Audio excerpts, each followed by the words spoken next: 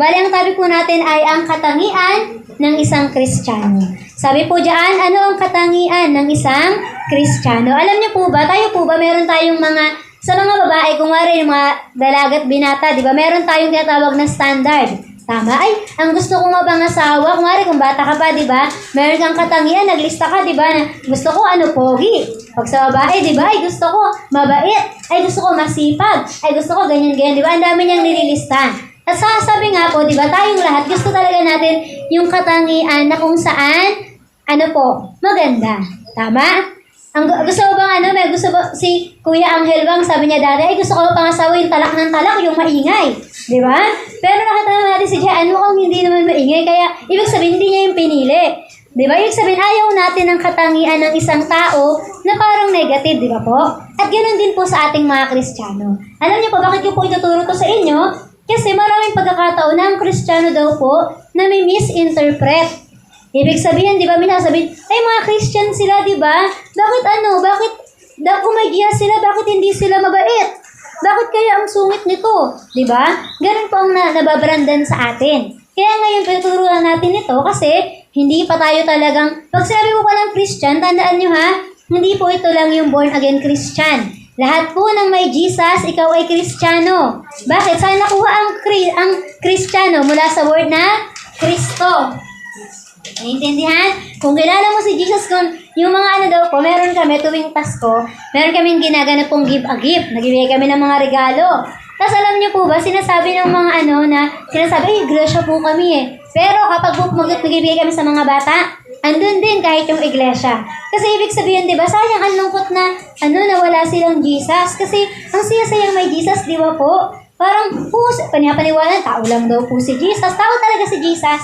Hindi po namin yan sa inyo, ipapagkait. Alam talaga natin, ang Bible, naging tao si Jesus. Pero 100% naging Diyos din po siya. Naintindihan, Diyos talaga ang Lord. Ang Diyos po natin. Kaya simulan na po natin. Tulad po ng binasa ni Tita Rod kanina, di ba? Sabi po dito, pagsikapan mong maging karapat-dapat sa Diyos. Ano daw po? Magsumikap. Ibig sabihin, it takes effort. Sa isang nagtatrabaho, paano siya kikita? Paano siya sasahod? Kung nakahilata ba? Si Kuya Angel, alam mo yan, di ba? Pag may trabaho, kaya anong gagawin? Magsisikap, magtatrabaho, hindi yung nag-aantay ng sahod. Wala ako nag-aantay akong sahod, wala pala akong trabaho. Hindi pwede yun, di ba? Talaga, Lord, sahod na 15:30 na po. Tapos di naman ako nagtatrabaho. Kaya ibig sabihin nito, pagsisikapan natin maging karapat-dapat tayo. Ibig sabihin, nag-i-effort. Ay, kahit Lord, parang medyo masama ugali ko, tinarayan ko kapitbahay ko, sisimba pa rin po ako, Lord, kasi gusto ko po, baguhin niyo po ako. Kaya ang gagawin, sisimba pag Sunday, araw-araw, hindi, linggo-linggo yan, di ba? Pag araw-araw, para yung mga bata, may simba po ba ngayon? May simba po ba ngayon? Linggo-linggo yun, di ba po? Na kung saan, alam mo, pag-isikapan ko, magbabasa talaga akong Bible, nag-pray talaga ako. At sabi po dito, bilang isang manggagawa na walang dapat ikahiya. Kasi minsan, pwede kung ikaw, nagtatrabaho ka, na pwedeng, parang nagtatrabaho ka lang for the sake na makapagtrabaho lang. Alam niyo po ba mga nagtatrabaho na ayaw ang ginagawa nila, nawawala din sila agad sa trabaho. Naintindihan? Kaya dapat kung anong trabaho, kaya nga kami, bata pa lang kami, tinuruan kami na, ano ba ang gusto mong gawin? Ano ang pinakamahal mong gawin? Ay, yun ang kunin mo. Ay, mahilig pala ako mag-computer. Eh, di mag-computer science ako. Bata ka pa lang, hilig mo sa computer, no? Nag-video game ka lang wala doon. Pero at least, alam mo na yung ABCD, yung QWERTY doon, di ba? Tapos, nakita ang bata ka pa lang, ang sarap ko na magluto. Eh, di ba, gusto mong mag-chef, di ba po? Kaya sabi po dito, na dapat, hindi yung kung naging trabaho mo, parang nakakahiya naman, di ko mapagmalaki. Kasi hindi talaga the best na gagawa ko dito Kaya sabi po, sa atin bilang Kristiyano, pagsikapan natin na maging karapat-dapat. Ibig sabihin, bilang Christian, bilang nagisimba dito sa church, di ba? Talaga namang pagsikapan ko, Sunday, buda talaga ako. Sa umaga, mag-pray ako sa bahay namin. Sa gabi, sa tanghali, anumang oras, kung maalala mo ang Panginoon, di ba po? At sabi dito, at tapat na nagtuturo ng katotohanan. Tayo po, ang tinuturo natin ay katotohanan. Bakit po? Sabi po sa bandera, di ba, ang katotohanan ang magpapalaya sa atin. At hindi lang po yun sa bandera o bandila ba yun, kundi sa Bible talaga niya yung nakuha. Sabi po dito, the truth will set you free. At sabi ng free na yun, knowing the truth, ibig sabihin, dapat alam mo pala. Kasi marami po sa labas, false prophet na. Kaya nga po sa amin, pag tinatanong kami, isa lang ang Diyos. Mali yan, huwad yung religion nyo. Ang sinasabi po namin, Bible po ang tinuturo namin. Kayo po, Bible po ba yan? Di ba? Ganun po ang katotohanan. Alam niyo po ba, malalaman yung huwad o hindi katotohanan tinuturo sa inyo kapag sinabi sa inyo, magkawas ng Bible. Bawal yan. Ibig sabihin, hindi yung totoo kasi pinapalayo ka sa katotohanan. Kapag sinabi, pag umalis ka sa church na to, mamamatay ka, buong pamilya. Grabe, di ba po? May mga ganun. Pero kami dito, hindi po kami ganun dito na nag-aano kami ng mamamatay. Hindi po. Si Lord ang buhay. Okay, kaya buhay ang aming ipinapangaral. Naintindihan nating lahat? Kaya katotohanan, hindi po namin kontrolado. Pag ayaw magsimba, okay lang. Pero ang gagawin lang po namin ay, simba naman kayo kung pwede kayo. Di ba? Ganun lang palagi. Pero hindi namin kayo kakapit. Oy, punta kayong church. Bakit wala kayo? Hindi po kami gaganon. Kasi ang katotohanan, ang tinuturo namin, ang katotohanan siya ang magpapalaya sa inyo.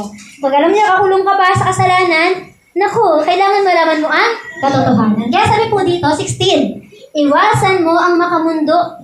Bakit daw po at walang kwentang usap-usapan? Sa labas ang dami na po niyan. Online ka sa social media, maglagay ka doon ng pangbabash mo sa isang tao. Di ba ang dami magko-comment po? Di ba po, ang dami, di naman nila buhay, pinapakilaman nila. Tapos sabi, bakit daw makamundo ang nakikita natin sa mundo? Uso ang inuman, uso ang bangayan, uso ang rally kung saan-saan. Welga di ba po? Pero iwasan daw po natin yan. Dahil lalo nang napapalayo, napapalayo sa Diyos ang gumagawa nito. The more po yung kulit tayo ng kulit ng, ito lang ang religion, ito ang tama. The more na nagaganon po kami, para lang namin nilalayo namin ang sarili namin sa Diyos. Kasi hindi religion ang tama. Ano pong tama?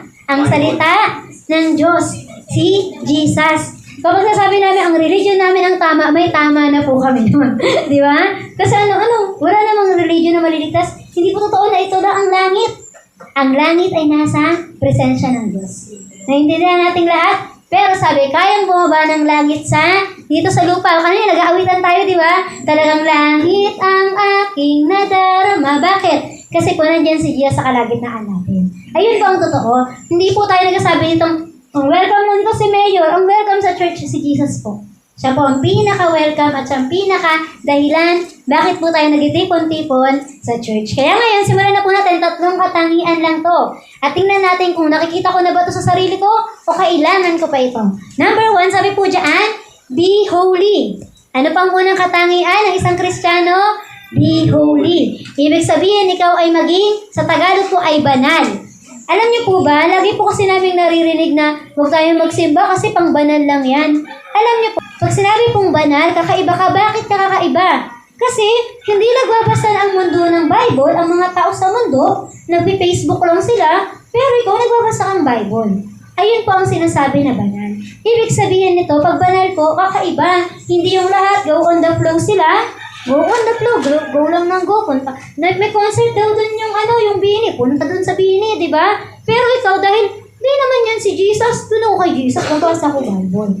Ganun po, ibig sabihin, naiiba. Hindi ka nakikijoin. Ay, may inuman sa buong Islam. Di ba? Mag-inuman tayo. Pastora, inuman po tayo. Di ba? Kumatok sa akin. Hindi ganun. Hindi pwede. Hindi ko pwedeng gawin yun. Kasi, ako ay nagtuturo ng salita ng Diyos. Sabi nga sa Bible, huwag kayong magpakalasing. Di ba? Saan lang daw dapat? Sa Holy Spirit lang. Naiintindihan? Kaya po ito pong sinasabing banal, hindi na po ito yung porket Kristiyano ka na, di ka na untouchable ka na, di ba? Di na sasabihin kay George, pahawak naman, di ba? Hindi na makawakan kasi banal na siya. Ako ay banal, bawal kayo na. Hindi po ganun. Siya po ay baliw kapag ganun, di ba? Yung mga nagsasabi po, ako ang anak ng Diyos. Parang ganun, di ba? Kasi nag-iisa lang si Jesus. Okay po? Kaya sabi po dito, pag sinabing be holy na Kristiyano, ito po pala yung mga taong nakikita sa bahay-sambahan, umaawit ng papuri sa Panginoon, nananalangin, di ba? Pwede naman tayong magkasa, inuman din tayo ng Diyos. Iced tea, di ba? Pwede tayong magkantahan, hindi yung, kung liligaya ka. Bago pa yung kanta natin, o kaya, di ko kaya, yung mga kinakanta nila. Okay lang po yan at nagdilim para medyo ma-relax naman tayo, di ba? Yung mga ganong kinakanta. Kaysa ang kantahin natin dito, kanta natin, ang buhay ng Kristiyano ay masayang tunay. Kaya nangyayari, habang kinakanta mo, di ba sumasaya ka? Kaya alam niyo po ako talaga, lagi ko pong favorite talaga sa church, sa service, yung hindi ako malilate na kumakanta ng kantahan. Kasi talagang sobrang saya po nun. Yung problema ko nawala, yung kailang sakit ng ulo ko nawala habang kumakanta. Yung naisip ko kayo na inaway ako ng kapitbahay ko.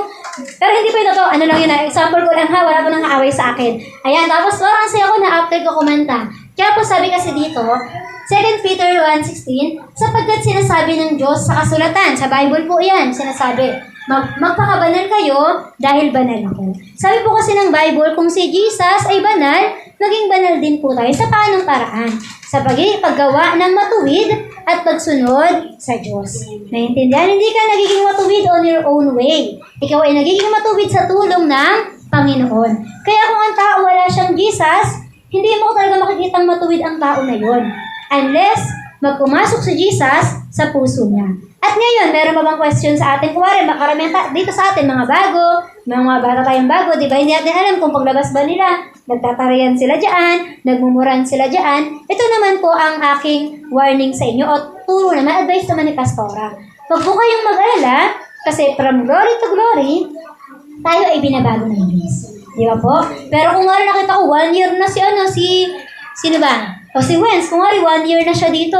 Tapos nakita ko si Wens, ano pa rin? Hindi, nagmumura pa din. Iba na po ang tawag doon. Kasi matagal pa na naturuan. Kaya ngayon, nagiging katulad ka na ni Jesus. Ayun po ang pagiging holy ha. Pag sinabing holy, hindi po yung lagi may hawak na Bible. Ay, ano po kami? Lingkod po kami ng Diyos.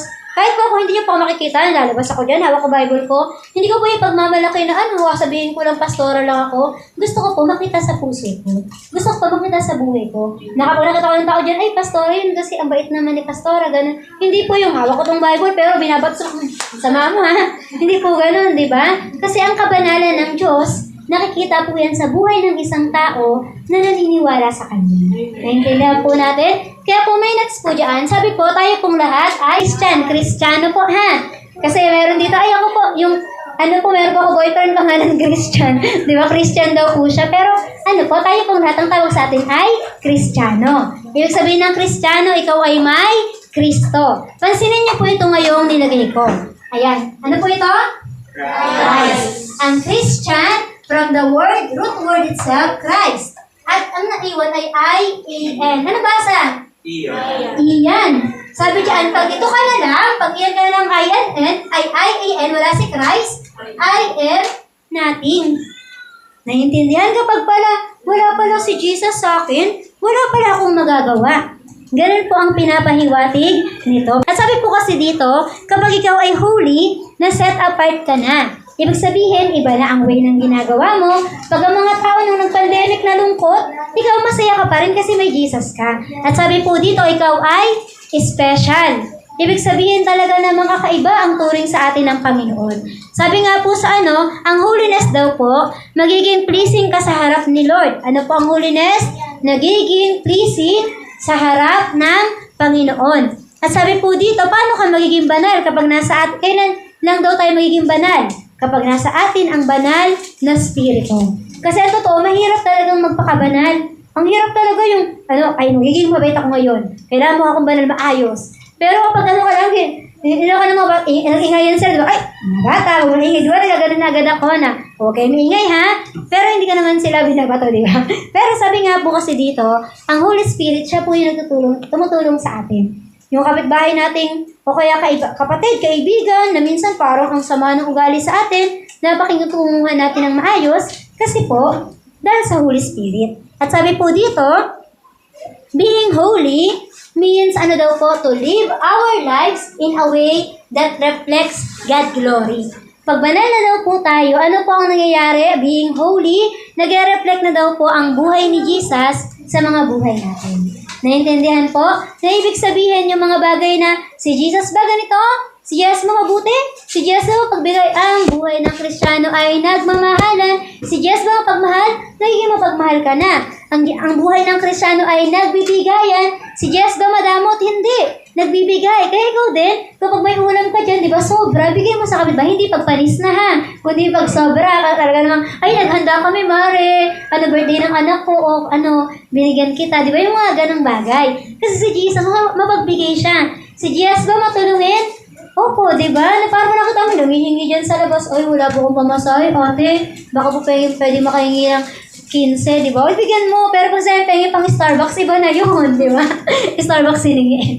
Maya, kape lang iniinom namin sila sa Starbucks. Hindi, pero joke lang po yan. Pero si Jesus, pagbigay po siya, di ba? Kaya ayun ang una. Ano ang katangian ng isang Kristiyano? Siya ay banal. Siya ay inialis sa mundo at siya ay nasa Diyos. Naiintindihan? Kahit dito ka nakatira sa lugar na to, sa mundong to, di ba? Meron tayong, dapat umuhay tayo na parang makalangit pa rin. Kaya ang araw ng Sunday, alalahanin natin palagi. Pangalawa po, sabi dito, ano una? Be holy. Pangalawa, be happy. Ayan, tayong mga Kristiyano, ang buhay ng Kristiyano ay masayang tunay. Alam niyo po, narinig namin dati one time, sa church namin sa NHA, sinasabi na ano ba yung mga yan? Hallelujah ng hallelujah. Ano ba yung mga tatawa, tapos iiyak? Kasi ganun daw po talaga ang nangyayari. Kasi tayong mga Kristiyano talaga, yung mga lungkot natin, for a moment.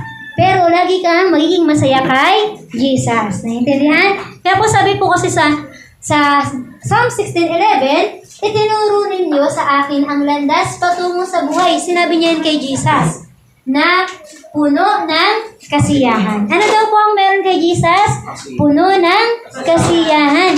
Ibig sabihin tayo lahat, kaya po kami dito, minsan pinapalungkot talaga kami ng kaaway. Minsan, konti lang kami dito, 4 lang, 2, 3. Pero kahit may lungkot, si Jesus masaya siya.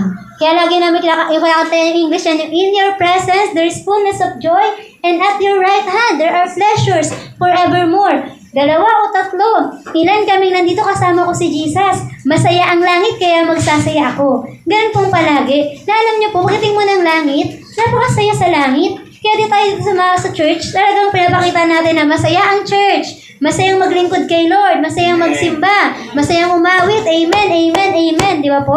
Kaya sabi diyan, true joy is found in God's presence. Saan ka lang magkakaroon ng totoong joy? Dati po, inano po yun, yung happy at saka yung joy, pinaghiwala yung word na yon.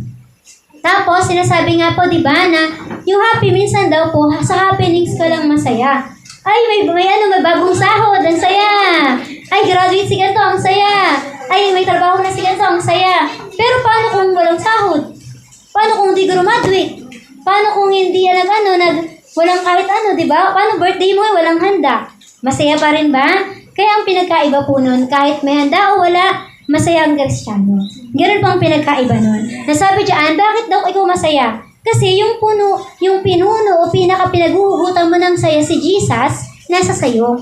May source of happiness ka. Nakikita mo sa labas, ay nakapunta silang Boracay, April, May, hindi pa kami swimming dami na napuntahan.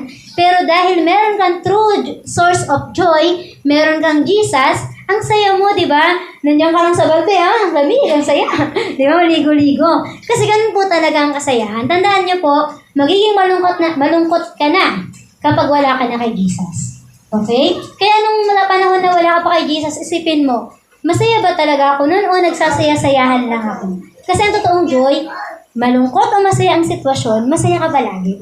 Kasi si Jesus, lagi siyang masaya. Si Jesus, lagi niyang pinapasaya. Kaya nga po dito sa church, pwede po malakpak ang mga tao, pwede kayong sumayaw, kumanta, lumundag, di ba? Pero pag preaching, huwag niyong gawin kasi kawawa naman si Pastora, di mo mapapaus ako ka kasi yung nasa asaway. Pero ganun po palagi, tandaan niyo ha. Sabi kasi dito, na-experience natin ang lasting na fulfillment and delight. Alam niyo po, talagang sobrang saya talaga kapag ikaw totoo kang na kay Jesus. Okay po? Sabi po kasi sa John 15:11, sinabi ko sa inyo ang mga bagay na ito para magalak kayo, katulad ko, at malubos ang inyong kagalakan. Sabi po yan ni Jesus, para magalak ka, magsaya, para doon sumaya tayong lahat. At alam niyo po, sabi diyan sa next, sabi diyan tayo. Ano po yung spelling ng joy? J-O-Y. Ulit nga po. Ay, nawala yung S. Ayan, una, si Jesus.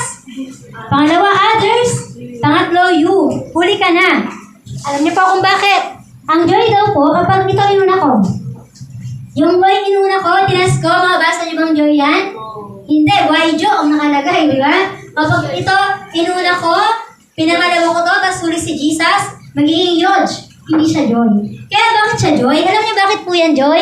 Kasi dapat alam mo ang prinsipyo. 3 prinsipyo.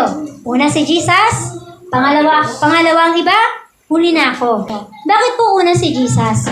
Kasi pag nauna po si Jesus una sa isang araw mo, una sa lahat ng ginagawa mo, nagpo-flow yung kasayahan. Okay? Makikita mo sa isang tao yan pag meron siyang Jesus. Pag meron kang Jesus, pagising mo sa umaga, di ka bugnot. Pag meron kang Jesus, pagising mo sa umaga, tuyo ulam. Yay! Tuyo ulam. Ganun ang smile, ganun ka. Pero pag walang Jesus yan, ba naman yan? Tuyo na kahapon. Tuyo na lalamunan ko, di ba? Pwede magreklamo eh. Pero pag si Jesus, ang nandyan, nagiging masaya. Sino ang nagbibigay ng joy? Si Jesus. Kaya kayo kalalapit? Kay Jesus. At sunod, bakit others? Bakit di muna ako? Bakit iba muna? Alam niyo pa bakit iba muna? Kasi try and tested ko na po yan. Naranasan ko na yan na kapag tumulong ako sa kapwa ko, kapag inuna ko siya, may mga kami nanghihiram, wala po akong ganyan, pastora, ganyan. Nanghihiram, pero sa loob ko, wala pa akong pera, wala pang susunod na budget. Pero yung natitirang pera kong yan, ibibigay ko yan. Pero alam niyo ang nangyayari, sumasaya din ako. Kasi kapag pala inuuna natin ang iba, nagiging masaya tayo kasi hindi para totoo na pasayahin mo sarili mo para sumaya ka. Marami pong ganyan. Nagpakamatay na nga po eh. May mga mayayaman, ang saya-saya nila, dami nilang pera, kasikatan, kung ano-ano, kayamanan sa mundo, pero nawala lang din sila. Pero alam niyo pong pinakamasayang tao, kaya po totoo yun, ang mga Kristiyano, sila ang isa sa pinakamasayang tao sa mundo. Kasi meron silang source ng Jesus at joy, at sunod, alam nilang pasaya ng iba. Kaya kung nalulungkot na po kami, sabi sa amin, mag-outreach ka kapag nalulungkot ka na. Mag-share ka kapag nalulungkot ka na. Mag-encourage ka ng mga tao kapag nalulungkot ka na. Kaya alam niyo po, marami ako narinig. Ang dami umattend ng mga charity. Alam niyo po yung gagawa sa charity? Birthday ko ngayon, magpapakain ako ng 100 na bata dito sa Stanislaw. Diba? Dito sa lugar nila. Tapos yung matandang yun na birthday, sumaya siya, nakita niya kasi ang daming ngumiti. Di ba ang saya po ng ginawa mo, yung birthday mo ngayon, dapat ikaw lang masaya, pero dahil share mo sa iba, naging masaya din sila. Anong mas masaya? Ikaw lang yung masaya o lahat kayo masaya? Yung lahat po, di ba? Kaya ang kasunod na prinsipyo, others, sunod natin sila. Ay, si Kumari nangungutang siyang 20, 30 na lang pera ko, 10 na lang matitira sa akin. Pero dahil inuuna ko siya, dahil gusto kong pagpalain siya ni Lord, bibigyan mo siya, di ba? Tapos nakikita mo yung simpleng ginawa mo, gagawin niya rin sa iba. Di ba po? Kaya ang saya ng ganung bagay. Yung ikaw lang yung masaya mula kay Jesus, pumunta sa'yo, di ba? At binigay mo sa iba. At lagi niyo pong tandaan, nahuli na ang sarili. Naintindihan? Huli po tayo. Lagi po nating isipin na, parang kawawa naman ako doon, parang lugi ako. Minsan may ganun tayong mindset, di ba? Parang lugi ako, marami sa kanila, unti sa akin. Pero ang totoo, kala mo lang. Pero tinan mo, pag na-try mong ibigay, sumasaya ka bigla. At sabi nga doon, dahil binigyan mo yung iba, sabi nga sa Bible, give and it will come back to you. Good measure, pressed down, shaken together. Na ibig sabihin, sobra namang pagpapala, siksik, liglig, at nag-uunga pa magapala ng Diyos kapag ginawa mo yun. Kaya mula ngayon, ang mga Kristiyano, makikita natin ang bawat isa na, masaya. Okay po, be happy. Sunod, ayun po yung, sabi po dito, Jesus Himself shares joy with us. Bakit po natin sinishare pala ang kasayahan? Bakit ba ako humingiti? Bakit ba ako nakakangiti sa iba? Kahit di ko naman kilala yung sa taas. Ay, hello po, magandang umaga po, di ba? Simpleng ganun lang, di ba? Pero napapasaya mo na pala sila. Meron nga pong isang kwento na meron daw pong isang guard. Tapos may office girl na pumapasok lagi. Laging sinasabi ng kuya na guard, sabi niya, good morning ma'am, good morning ma'am. Tapos yung office girl na yun, hindi siya nag-i-smile. Kasi siya, parang wala naman siya kasama sa buhay. Talaga malukutin siyang babae. Pero tuwing kahit hindi pa rin nakangiti yung babae, yung guard talagang lagi pa nagsasabing good morning po, good morning po. Kaya alam niyo kung ano nangyari, dumating yung panahon na yung babae na yung ngumiti na siya sa guard. Tapos hiningitian niya na lahat ng mga nakakasama niya. Di ba? Kakaiba yung nagagawa ng bagay na yun na lahat. Hingitian mo lang pala sila. Minsan di ba, tiriyan tayo ng mga tao. Minsan nga, poker face pa eh. Masaya kayo siya, nakita ako. Baka hindi Pero ngitian mo lang, di ba? Maya-maya hingiti din naman siya sa iyo. Kaya ito kasi, sinishare mo lang yung joy na mula kanino? Kay Jesus. Sabi niya, providing a complete and fulfilling joy transcends circumstances. Tuwing ngumingiti ka, hinihingitan mo yung problema, naku, wala nang laban yung problema sa'yo.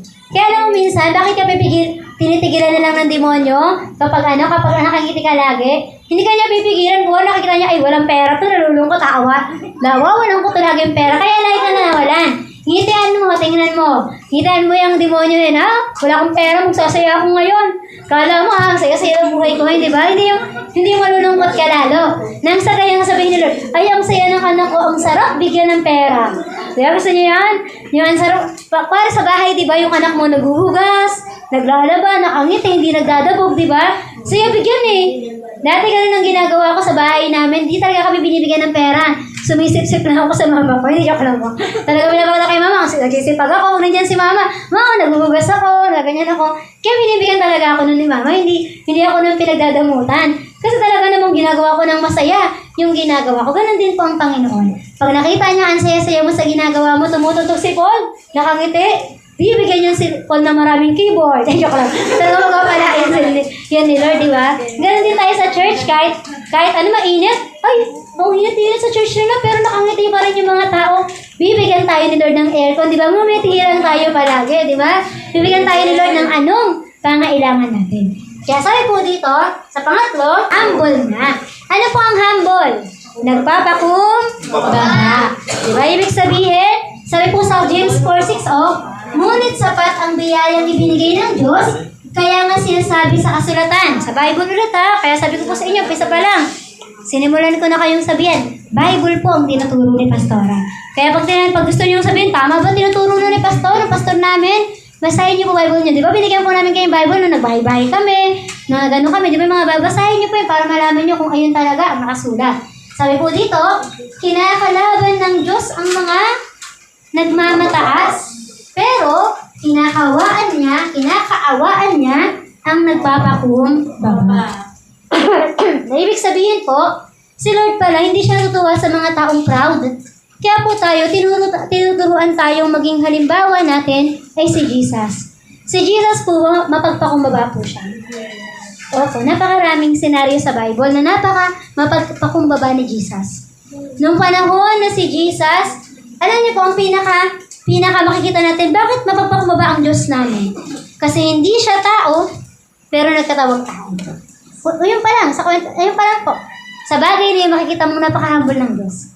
Kasi minsan, di ba, ang presidente, kapag yan natanggal sa pagka-presidente, ano na yan, talagang sabihin, hindi, naging presidente ako, kilalanin mo ako. Di ba may mga ganun po? Kaya nga minsan, sabi nga po sa kwento sa atin, ang mga binoboto, ang mga tumatakbo, magkakamag-anak na lang. Kasi kasi ano gusto nila? Oo, yung dynasty, political dynasty, di ba? Kasi ano gusto nila? Lagi sila nasa itaas. Pero si Jesus lang po, nag-iisang hari, nag-iisang Diyos, na kung saan bumaba para sa atin. Di ba nag-effort? Ang sayang isipin, na grabe, napaka mapagpakumbaba ng Diyos ko. Kaya how much more pa tayo? Na tinuturuan tayo ang katangian ng isang Kristiyano, maging humble ka. Hindi ko pwede sa inyo pagmalaki. Pastora ako ha? Bawal kayo dyan. Hindi kayo pwede tumayo dito ha? Bawal ka mag-open ng prayer. Ako lang dapat kasi ako lang yung pastora. Hindi po ganun. Kasi kailangan, lahat tayo mapagpakumbaba. Kailangan kung minsan, alam niyo po, pag nasa labas ako, kala talaga nila, bata lang ako, di ba? Minsan natago sa akin, Kaya kailangan mag-makeup, tsaka mag-lipstick ka para medyo, tsaka hindi naka-t-shirt, para matawag naman na, ay, hello po, kahit miss man lang, di ba, matawag kang gano'n. Pero naisip ko palagi na kung meron kasi mga tao, yung meron na po silang posisyon, ang yayabang na po nila. Meron po kami nakilala, meron po mga tao na wala ng trabaho dati. Nung nagkatrabaho, ang yabang ko, kaya katabayaran, nagkabagas dyan. Di ba mga ganun pong tao na parang ang simple-simple hugasan mo lang, di mo magawa. Maglinis ka lang siya, di mo magawa. Walis lang, di mo magawa. Ang yabang mo naman. Di ba yung mga ganun po na parang yabang-yabang. Sa church, nakita ko po yung mga ganun mga tao, yung grabe magyabang. Pero nawa po tayo, mga Kristiyano, hindi po tayo tinuruang magyabang. Ang tinuturo po sa atin ng Panginoon, maglingkod. Kasi ikaw ay naligtas para maglingkod. Mag-outreach ka, di ba? Naging dalaga lang, tumanda lang, nagkaroon ng pera. Huwag ko naman basta sipunin kang bata. Di nagpapayakap sa bata.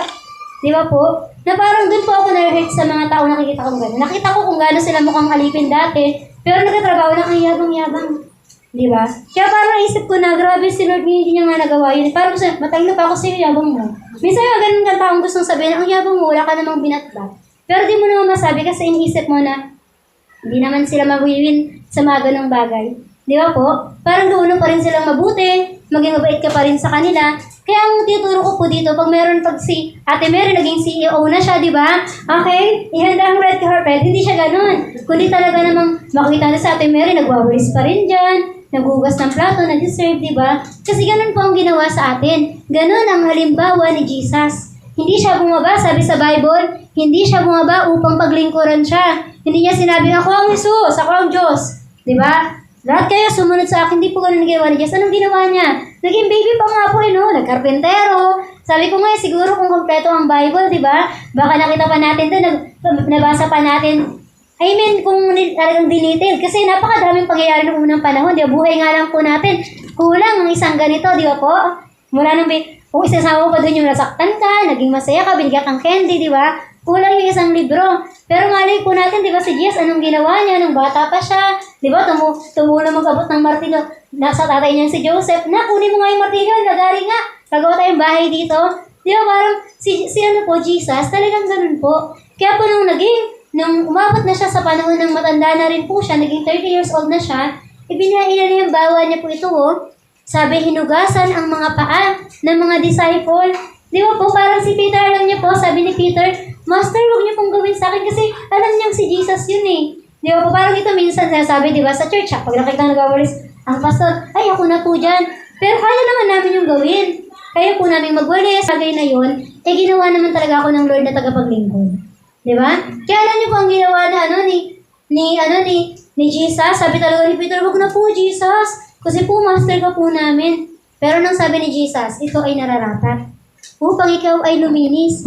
Kaya alam niya, sabi po ni Peter, ay Jesus, wag lang po yung pa ako. Sama niyo na po yung kamay ko tsaka ulo ko. Gusto ko po yung katawan ko malinis. Di ba napakasayang gano'n? Ikaw, nagpapakumbaba ka, nag-aayos ka ng buhay, di ba? Hindi yung porket ikaw, nanay ka na, tatay ka na, di ba? Hindi ka kikilos. Natituro ko po sa mga leader talaga, tsaka kapag mga kabataan, sabi ko talagang, naging halimbawa ko.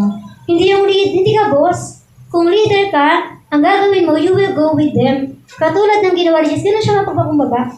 Hindi yung mga, sabi nga po, di ba, may nakita ko sa Facebook, na meron doon, CEO, yung nagpapasahod, yung nagtatrabaho.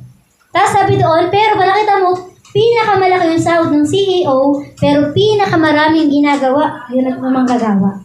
Di ba po? Napaka-unfair po nun sa mundo. Pinag-aralan, kaya ganun. Skilled naman tong nagtatrabaho. Siya nagpakahirap ng lahat ng yan. Di ba po? Ganun din po dito sa atin sa church. Na kung saan lahat tayo pantay-pantay. Di ba? Wala pong mataas dito, walang mababa, pantay-pantay tayong lahat, pero anong pinakamataas? Si Lord. Siya po ang ating pinapapurihan sa ating buhay. Alam niyo po, sabi dito, itinataas ng Diyos ang nagpapakumbaba, pero binabagsak niya ang mga nagmamataas. Kaya alam niyo po, minsan may mga tanong tayo, bakit merong mga mayayabang, may mga masasamang tao, di pa rin sila nawawala sa mundo? Kasi laging tandaan, may araw din po sila. Hindi pa sa ngayon, nag-enjoy pa sila, pero katulad ni Lazaro at ng mayaman. Nang namatay silang dalawa, mayaman ang napuntang impyerno na nagpaka-enjoy sa lupa, pero si Lazaro na naghihirap, ano pong ginawa? He reigned with Jesus. Inaliw ng Panginoon sa langit. Kaya tayo ganun din pang gagawin sa atin ng Panginoon. Kaya manatili kang nagpapakumbaba. Top 1 ka ba sa school nyo? With honor ka ba? Magwalis ka para malamang totoong mabuti ka. Di ba? Hindi yung top 1 ako, tusan ko kayong lahat. Di ganun. Hindi yung totoong top 1, yabang ang tawag po doon. Minsan gusto ko pong sabihin yan sa mga tao na ang yabang, no? Di makapaglinis, di makapagwalis, makabugas, di magawa, pero top 1 daw sa school. Kasi ang totoong marunong, ginagawa ang lahat ng bagay. Naiintindihan? Kaya na magsilbing to sa atin, kung presidente ka ng school, mayor ka man, ikaw ay ikaw ang leader, di ba? Ipakita mo, nakita nakikipagpuyatan ka dyan, nakita ang humble naman ng leader namin. Di ba ang sayang sabihin nun? Ang sayang sabihin na, ay yung leader namin yan, di yan mayabang. Kaya karapat dapat yan, kaya matalino talaga yan, biniyayaan niya ng Diyos kasi di yan mayabang eh. Pero yung mga ngayon mayabang, antayin mo pag tumagal, mawawala din yung topic mo, mawawala rin yung talino natin kapag napunta sa utak. Okay? Kaya sabi po dito, true humility allows others to recognize us. Ano daw po ang totoong mapagpakumbaba? Pinapakilala kung sino ka. Kung talagang marunong ka talaga, dahil pagpakumbaba ka, pinapakilala ka niyan. Di ba? Hindi mo kailangan mag-effort. Si Lord ang magtataas sa iyo.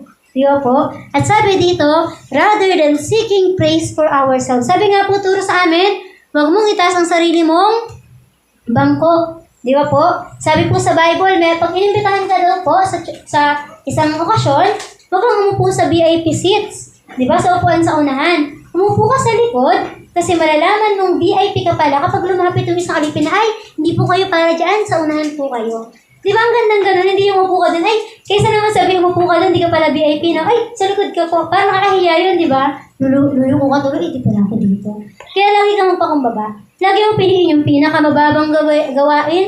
Ano naman, kung pinakamababa, nagwawalis sa sa kalsada, ano naman? Ang mahalaga, marangal ang ginagawa mo. At dahil yung panahon, di ba, hindi ka na sa kalsada magwawalis. Di ba? Mali mo, sa mansion na pala ng presidente, di ba, mas malaki na ang sahod mo. Di ba po? Na lagi mong tandaan, walang nagpapakumbaba na pinapahiya ng Panginoon. Walang nagpapakumbaba na kung saan ibinaba ng Diyos. Itinataas yun ni Lord. Karapat dapat yun itaas. Katulad po ni Joseph, di ba? Naging alipin lang siya.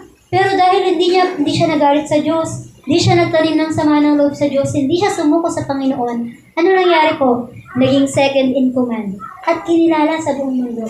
Gusto niyo po yung ganun? Minsan di naman na po natin pangarap makilala tayo sa buong mundo, di ba? Pero pag nag-ano ka lang sa yung mga The Good Samaritan sa Facebook, di ba? Nagbigay ka lang ng ganito, di ba? Yan dapat yung ginagawa ng mga tao. Dapat nagtutulungan. Di ba minsan, mas na-appraise pa sila ng mga tao. Kasi ganun po, like ka magpakuba, pero but not for the sake na para itaas ka ha. Walang nakakita o meron, mapagpakumbaba pa rin ang Kristiyano. Naintindihan? Inaway ka nito kahit matanda ka pa. Huwag mong papatulan. Ay, hindi po ako bababa sa level nila. Ano po? Kristiyano po ako. Okay? At so, nasabi po rito, we are encouraged to live in humility. Lahat po tayo, ina-encourage na mabuhay. Saan? Into humility. Maging humble lang daw po tayo. Treating others with respect and avoiding arrogance. Kaya nga pong sasabi din ng Bible, huwag mong isipin na mas marunong ka sa iba. Alam mo, para kung hindi ka maging mayabang, tanggalin mo yung mindset na yun. Lagi mong isipin na hindi ako mas marunong sa iba. Ganun po. Pero ang lagi mo lang sasabihin, but I can do all things through Christ. Di ba? Yung ganun po yung lagi mong sabihin na, alam ko, hindi ako mas marunong sa Kanya, pero gagawin ko to kasi sa tulong ng Panginoon, kakayanin ko ang bagay na ito. Nang sa gayon, hindi ka yumabang. Ano pong sabi diyan? Na-avoid ang arrogance kapag hindi ka nagiging mayabang. Bakit nang yabang, di ba? Macho ako dito ganito ganyan hindi ganun. Maging humble palagi. Para kung nakausap, may mga guard, nagagasalit kami sa mga guard na yung talaga namang antikas ng pangatawan, pero kayo yumuko, hello po madam, hello po, ganyan, ganun sila ka-humble. Kaya maging ganun daw, kung ganun po sila, pa tayong mga Kristiyano. At sabi nga po dito, humility leads to God's favor. Ano daw po ang nangyayari kapag ikaw ay humble? Nagkakaroon ka ng pabor ng Diyos. Amen. Di ba po? Yung hindi ka naman nagyayabang sa tao, di mo naman sinasabi, nagawa ko po yan, boss. Di ba? Pero, nalalaman. Naalala niyo po yung kay Haring Haman. Si Haman, si Mordecai, at saka yung kay Haring Ahasuerus. Alam niyo po ang nangyari doon? Ito pong si Haman, siya po yung second in command ni King Ahasuerus o Artaxerxes. Tapos po, ang nangyari, itong sa Mordecai, lang po siya, tagabantay lang siya sa gate. Yun lang po ang trabaho niya. Pero may one time na may narinig siya, nag-usap sila Big Khan, nag-uusap sila na patayin natin yung hari. O ngayon, sinabi yun kay Esther. Si Esther po kasi, siya yung malapit na pwedeng makapagkwento sa hari. Dahil siya sa mga babae ng hari doon. Di ba po? At ngayon, may isang araw na itong si Haman, yabang na yabang sa sarili niya. Tuwing nawala siya, gusto niya lumuluhod ng mga tao sa kanya. Di naman siya Diyos, di ba po? Itong si Mordecai, dahil may Diyos siya, hindi siya lumuluhod sa kay Diyos. Pero yung iba lumuluhod sila, di naman silang Diyos, kaya okay lang. Pero si Mordecai, hindi. Kaya paglabas ni Haman, dumaan si Haman, hindi yung muko si Mordecai, nayabangan po yung si Haman. Sabi niya, gusto kong papatayan si Mordecai kasi hindi naman yan sumusunod sa akin. Ang yabang-yabang niyan. Hindi naman po siya inaway, pero ang feeling niya, ang yabang. Di ba po? Ganun yung mindset ng mga taong mayayabang. Ang mindset po ng mga taong mayayabang, kapag kumari ka president, sundin niya ako president ako dito, Ano naman, pag di ka sunod, makabawasan ba yun sa pagiging president mo? Gawin mo. Di ba? Hindi lang siya nagyayabang na, wala kayong guide kayo, susumo kayo kapag Minsan may ganun po talaga mga tao. Kaya ang nangyari, alam niyo po, hindi naman kabawasan yun Second in command pa rin naman po si Haman. Hindi lang lumuhod sino? Si Mordecai.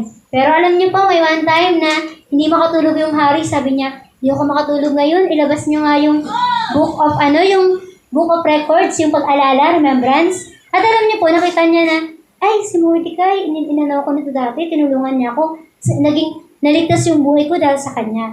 Kaya ngayon, dumating tong si Haman. Naalala ng hari, di ba? Sabi niya, Haman, ano ang ginagawa sa isang tao na dapat parangalan? Sabi ni Haman, naku, baka ako na yun. Sabi niya, kaya nangyari ang ginawa niya, sabi niya, ay, boss, ang gawin niyo po dyan, hari, ganito po. Suotan niyo po ng damit niyo, yung sinuot niyo po nung kinoronahan kayo, yung purple niyo pong damit na robe, pasuot niyo po sa kanya. Bigyan po siya ng singsing. At sabi doon, pasakayin sa horse o sa kabayo at ipalibot sa buong mundo ay sa buong lugar nila at sabi, ito ang pinarangalan ng hari. O ngayon, sabi ng hari, o sige, gawin mo kay Mordecai.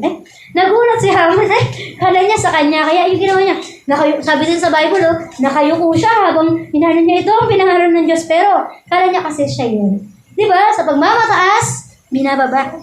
Pero si Mordecai na wala namang ginagawa, naglilingkod lang kay Lord, diba? Simpleng tao, di kilala, pinarangalan. Gusto mo yun?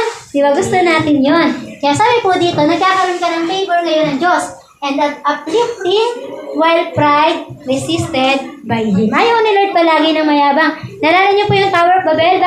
Bakit binagsak? Kasi yung tao, diba, sabi nila, gusto naming maging ay maabot ang Diyos. Kaya ikaw kapag katulad ni Satan, bakit siya binagsak?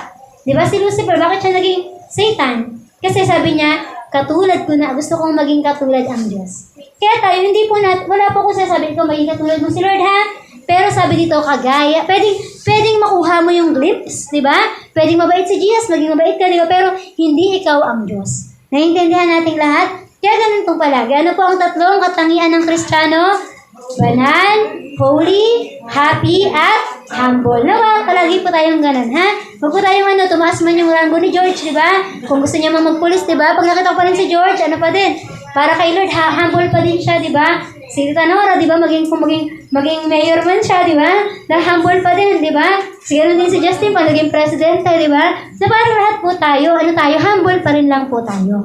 At sabi nga po, ayan, kaya lahat tayo, sabi diyan, ay mananagot sa Diyos sa lahat ng ating mga ginagawa. Ibig sabihin po kasi dito, lahat daw po tayo. Bakit ko po sa inyo tinuro ngayon ang katangian ng isang Kristiyano? Alam niyo po bakit ko tinuro ito ngayon sa inyo? Kasi gusto ko po na hindi na dumating ang panahon na sabihin ng mga tao, I love your Christ, I love Jesus, but I hate Christians. Kasi alam niyo po, lagi pong nangyayari sa atin, na tinuturuan naman po talaga sa church po, tinuturuan po talaga tayo na maging humble, maging masaya. Alam niyo pa, nalulungkot ako kapag may mga tao, may mga bataan, meron pong yung tinuruan namin, nung bata pa lang sila, 9 years old, tinuruan ko, nakita ko, lumaki sa church. Pero kung kailan naging college, nawala sa church, nagyabang, parang nakita kita nung gusgusin ka pa, dati nga itim-itim mo pa, nag-glow up ka lang. Minsan mga ganun na parang Kristiyano ka na kasi. Parang maiisip mong Christian ka, sana yung karakteristik ni Lord nakukuha natin. Na pag lumaki na si Justin, di ba? Hindi yung ngayon, nandyan siya, pero susunod wala na siya kasi iisipin niyang wala namang kwenta yung church. Hindi ganun yung tinuturo namin dito. Tuturuan namin yung mga bata dito kasi gusto namin lumaki sila. Hindi para mag-enjoy lang na mag-enjoy. Kasi ang totoong enjoyment ay sa langit po. Mas masaya ang pastor o si pastora kung makikita niya hanggang paglaki niya, hanggang dumating si Jesus, nandyan yan. Kasi alam niyo po, sabi dito, di ba? Lahat po tayo mananagot sa lahat ng ginawa natin. Ano daw po? Mabuti o masama? Tago o hayag? Di ba po? Kahit magpanggap po ako ngayon na kung may kasalanan akong ginagawa, nagpapanggap ako, hindi ko rin po makakamtan ang kabutihan ng Diyos sa buhay ko. Kailan mo lang po makakamtan yun? Kapag ikaw, naging ito kang Kristiyano sa Kanya. Hindi mahirap magpakabanal kung nandyan ka kay Jesus talaga. Tandaan niyo po hindi po tayo aasarin ng mga taong banal-banalan lang, pero nagmumura, masama ugali. Kundi pag na kay Jesus ka, nagbabago po yan. Nakikita kang masaya kasi meron kang Jesus. At nakikita kang humble kasi meron kang Jesus.